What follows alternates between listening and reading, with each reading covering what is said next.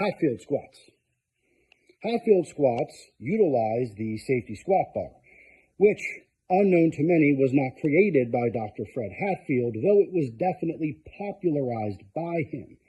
It was created by a man named Jesse Hoagland in 1981, who trained at the same gym as Fred Hatfield and introduced Hatfield to the bar. Now, a Hatfield squat, or as Fred Hatfield also called it, a hands-assisted squat, utilizes the SSB bar, or the Hatfield bar, because of the popularization by Hatfield, along with these hand supports, or a barbell set across your front to change the biomechanics of the squat and create what can be an overload scenario. Now, Dr. Hatfield originally created the exercise for people with a very strong low back and weaker legs. Now, that is less of a problem in today's world due to the popularization of exercises like the leg press. Now, its secondary function was certainly overload. Because you use a hands-assisted mechanism, you are allowed to lift much more weight. Fred Hatfield, by his own admission and the admission of many other sources, has done these up to sets of 1,100 for 5. Now, that's not that hard to believe, considering he was the lightest person to ever squat 1,000 pounds and squatted 1,030 for double.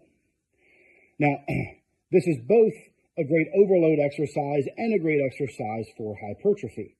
In the next video, we'll talk about properly setting up the Hatfield squat.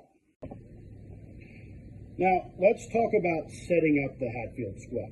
I see this as a big problem with a lot of people who do the exercise, especially with where they set the hand-assisted portion, right?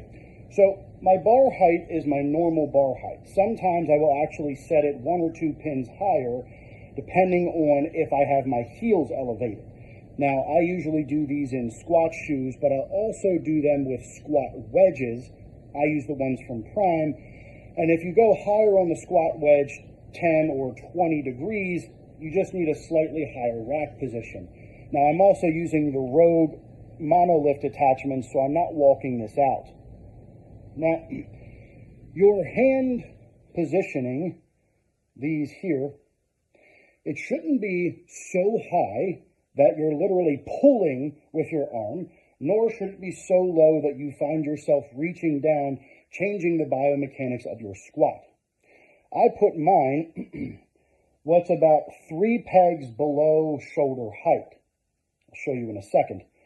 What that allows me to do, and what it would allow you to do, is use the hands as an assistance mechanism, but not so much that you're putting more strain on the bicep and the delt than you are actually getting any leg use out of it.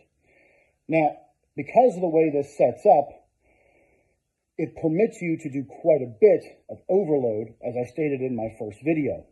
Now, I like to use this in the off-season or in hypertrophy phases with my powerlifting athletes because they can push weights so high.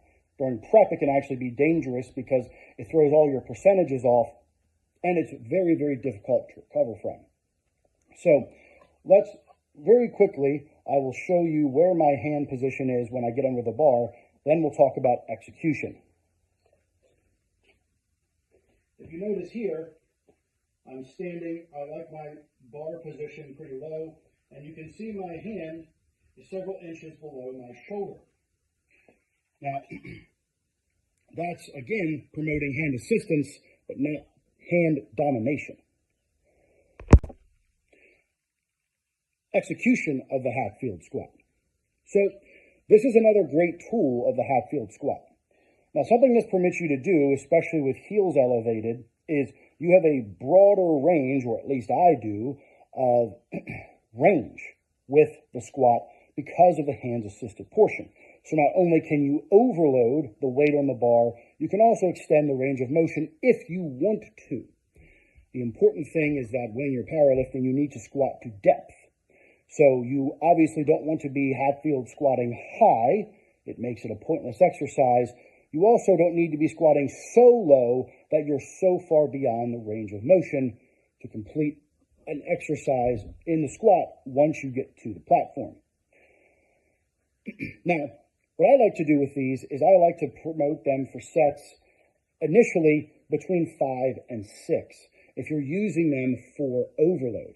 Now, if I'm using them for hypertrophy, I will promote them as high as sets of 20 to 25, because then you're not only training hypertrophy, you're also training cardiovascular, which has a lot of its own benefits. But when training in overload, I like 5s to 6s. I don't ever do singles or doubles with Hatfields, although you could. I would probably not do singles on them because it's such a wildly overloaded exercise. One, it will make your ego too big, and two, it can be very dangerous. Now, while performing the exercise, I like to stay a little bit more upright. Obviously, because it's hands assisted, if you get very, very low bar in the Hatfield squat, which is going to be difficult with the Hatfield bar, it will wildly throw off the mechanics of a normal squat movement. Now, I'm just going to perform 1 or 2. There's not much weight on the bar here. This is solely just to show how I like to do the exercise for execution. Now, I like to keep my feet much narrower in the Hatfield squat because I can promote more quad usage. My normal squat stance would be wider, and I do both of those. Especially if I'm using it for hypertrophy, I will put my feet narrower, and I'll go a little bit wider and narrower during my overload to promote multiple stances. Now here I'm using the prime 20-degree wedge, so I'm quite a bit higher than normal.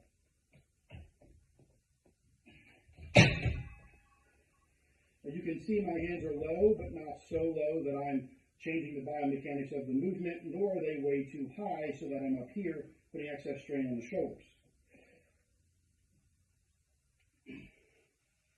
Once I'm at the bottom, as you see, my hands are assisting, but they're not overly dominated, nor are they in a compromised position.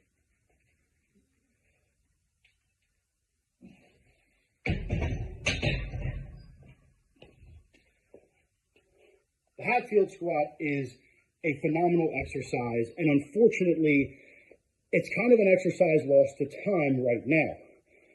People have either forgotten about overload training or chosen other, much less viable exercises. There is a huge amount of benefit to the Hatfield squat.